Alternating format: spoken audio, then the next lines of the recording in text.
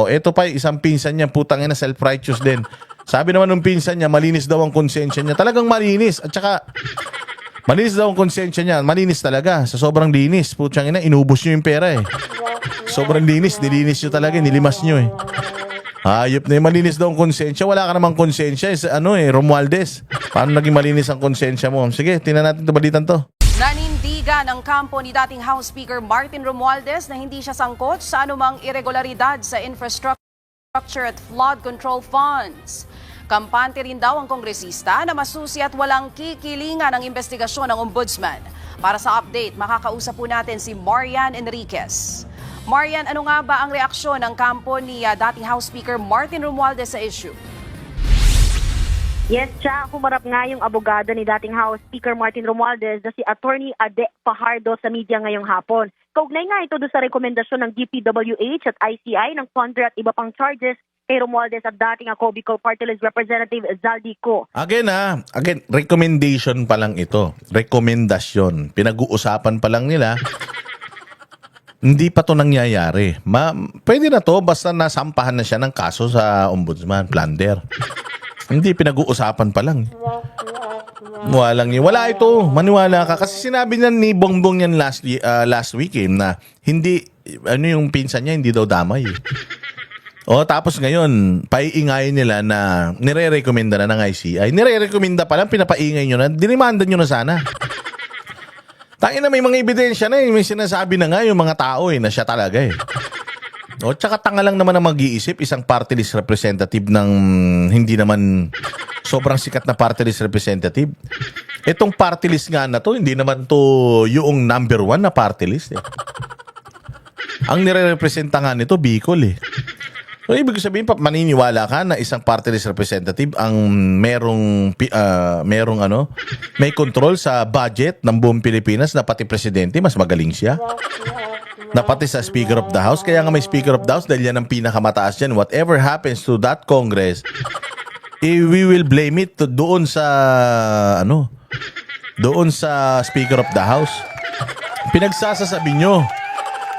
Binasa ni Attorney Fajardo ang pahayag ni Romualdez. Gate ng dating speaker, voluntaryo siyang sumailalim sa fact-finding process ng Independent Commission for Infrastructure at hindi siya pinilit at nananatili siya sa bansa.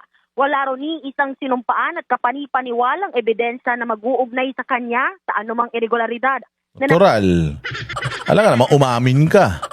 Meron ba namang demonyo na umamin na masama siya? Oo, sa totoo nga lang, miski gumising ka ng umaga kahit wala kang toothbrush hindi mo aminin na mabantot ang hininga mo Walang kriminal na aamin sa mga kasalanang ginawa niya. Nahuli mo na yan, magdi-deny pa yan. Ganyan ang mga utak kriminal. Nanatili raw na malinis ang konsensya ni Romualdez. Umaasa ang dating speaker na ngayong nasa ombudsman na nga ang rekomendasyon, may tiwala sa makatarungan at masusing pagsusuri ng ombudsman. Malinis daw ang konsensya.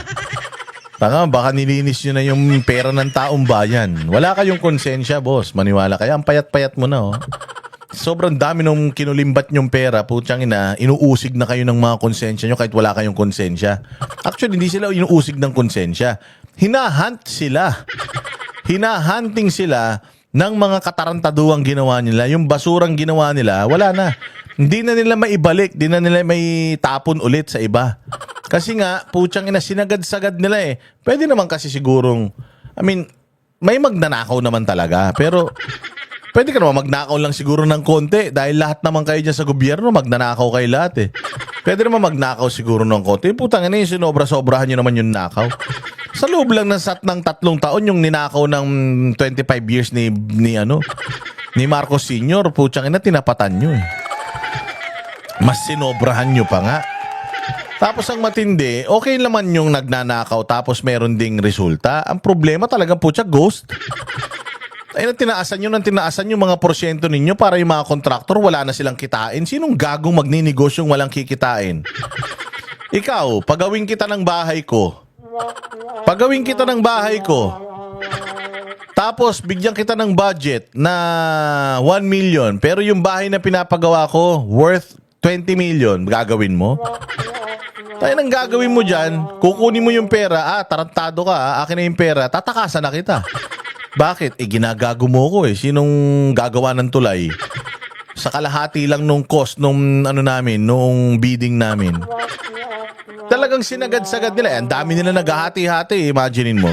Mula mo sa district engineer, contractor pa lang may cut na district engineer hanggang sa DPWH, hanggang sa Kongreso, hanggang sa Senado, hanggang sa Speaker of the House, hanggang dyan sa Presidente.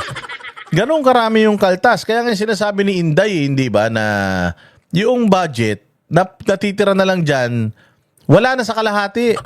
Mga at least nasa mga 20 to 30% na lang yung natitira. Pucha, anong project magagawa mo? Tapos 70% yung pinaghahati-hatian nila. Sabi ko, sinagad nyo eh. Okay lang man siguro. Sige, i-overprice mo yan ng mga 5 million. Overprice mo ng 5 million. Tapos, hati-hati tayo. 1 million sa akin, tapos yung 4 million paghati-hatian nyo. Yung ganun lang man siguro na nakaw.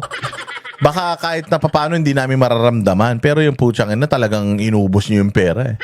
Sa loob ng isang taon, putang ina niya, yung budget na doble. Tapos walang proyekto, 22 yung yung classroom. Saka naman, di ba? Sobrang kademonyohan talaga. Ganid din yung mga kayang pagkasya niya sa mga bangko nyo. Nang matanong naman kung nasaan ngayon si Congressman Romualdez, ayon kay Attorney Fajardo, nasa Metro Manila raw ito. Narito ang pahayag ni Attorney Ade Fajardo. I willingly submitted myself to the ICI's fact-finding process, appeared voluntarily, and remained in the country. Throughout all these proceedings, no sworn or credible evidence has ever linked me to any irregularity, and again, my conscience remains clear. It is now with the Ombudsman. I trust in the Ombudsman's impartial and thorough review. Ayun, tinan nyo. Sinong humahawak? Sinong hawak ng kaso? Ombudsman. Alam naman natin na napaka-shady, scandalous, nung pagkakatalaga kay Ombudsman dyan. Di na nila may tatago eh, di ba? Si Bongbong, di niya na may iwas. Si Romualdez, di niya na may iwas. Binuhay pa kasi nila si Zaldico, nakakapagsalita pa tuloy. Ito mga sinasabi ni Zaldico ngayon is a dead man's confession. Mamamatay ito. Umaniwala kayo, mamamatay ito. Sa sobrang laki ng iskandalo na ito, hindi nila bubuhayin to. Hindi nila papayagan na ito si Zaldico makauwi rito sa Pilipinas at makapagsalita. Hindi nila yung papayagan. Kaya sobrang delikado niyan. Tingnan mo sino nag-aasikaso ng mga kaso. Ombudsman.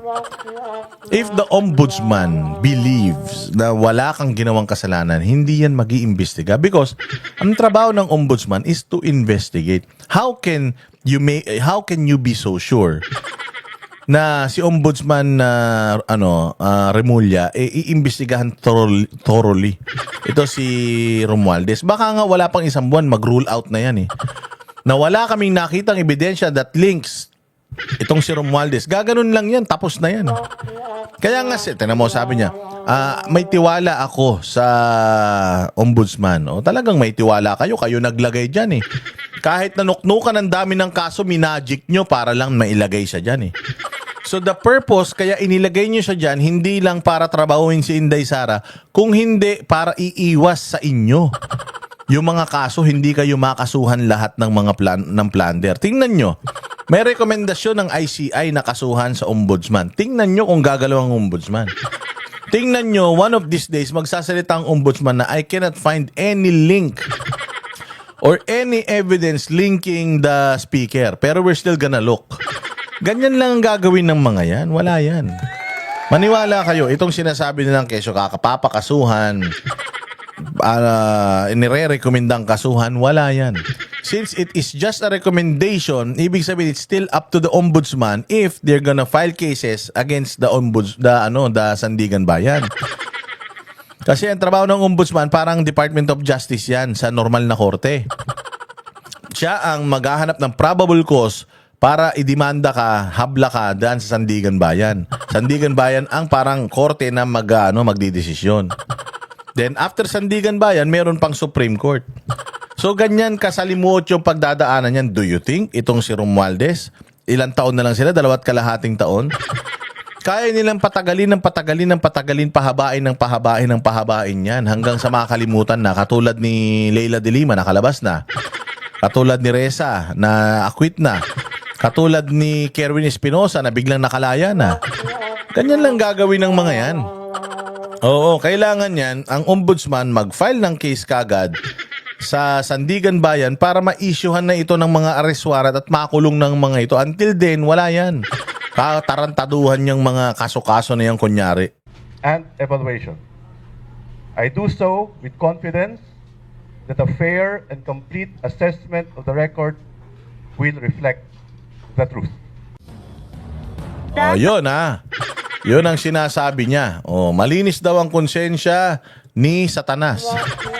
Naging malinis ang konsensya ni Satanas.